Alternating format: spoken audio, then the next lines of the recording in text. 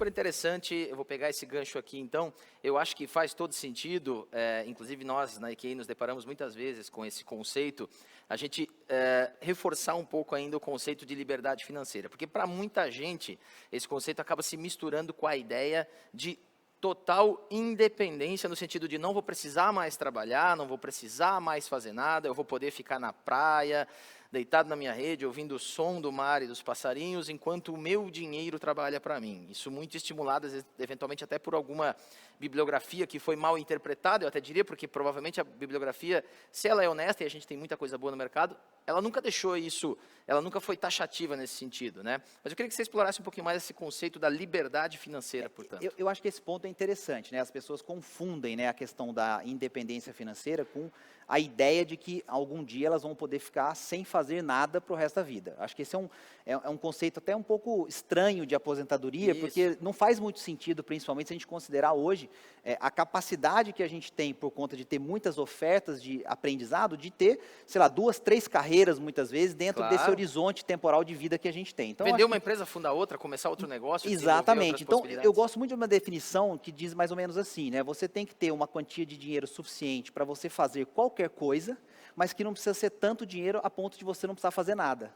Então, eu acho que é curioso que a liberdade financeira, no fundo, ela é isso, né? Você pode criar novos projetos de vida, você pode ter novas fases na sua vida, porque você construiu essa possibilidade, mas isso não significa que você vai ficar sem fazer nada e que só o dinheiro vai trabalhar para você.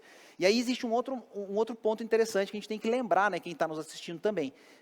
A importância da renda, né? Você tem que trabalhar muito ao longo da sua jornada, e aí a gente tem mais um ponto básico da educação financeira, que é aprender a construir o processo. Então, você tem que ter renda, então você tem que aprender a construir renda. Principalmente no início, enquanto você não tem, para que você né, tenha de onde ter o recurso para investir e construir esse conceito de liberdade financeira que a gente está falando. Então, esse básico é muito legal da gente resgatar quando a gente tem a oportunidade, porque hoje, o problema hoje não é mais o conteúdo, né? Assim, há muito tempo já não é o problema. Como aprender, como investir, no que investir, o que é mais interessante, não é? Quer dizer, isso hoje a gente vive, eu diria, até uma overdose de conteúdo. Certamente. Né? E isso, muitas vezes, acaba, o excesso de opções acaba paralisando. Essa é outra coisa interessante sobre educação financeira também. Sim, é um comportamento, Então, voltar para o básico, entender que no começo eu preciso ter renda, e eu preciso aprender a viver um degrau abaixo, sempre manter esse conceito, porque aí eu vou conseguir ter um excedente, e esse excedente eu aprendo a investir. Claro que eu tenho que ter rentabilidade nesse excedente, ótimo, só que você vai construir a sua liberdade, então é um processo, não é uma corrida, assim de, quem rende mais ao longo do ano, você não vai para o bar para discutir isso, você não vai no almoço de domingo para ficar falando isso, como é que está a sua carteira, como é que está a minha... tenha muito disso hoje, principalmente, né? Mas então, acho que esse é o conceito de liberdade financeira que a gente tem que resgatar quando a gente tem a oportunidade de conversar sobre isso. É o tal do back to basics que a gente falava aqui um pouco antes de começar o painel, né? Esse retorno ao básico.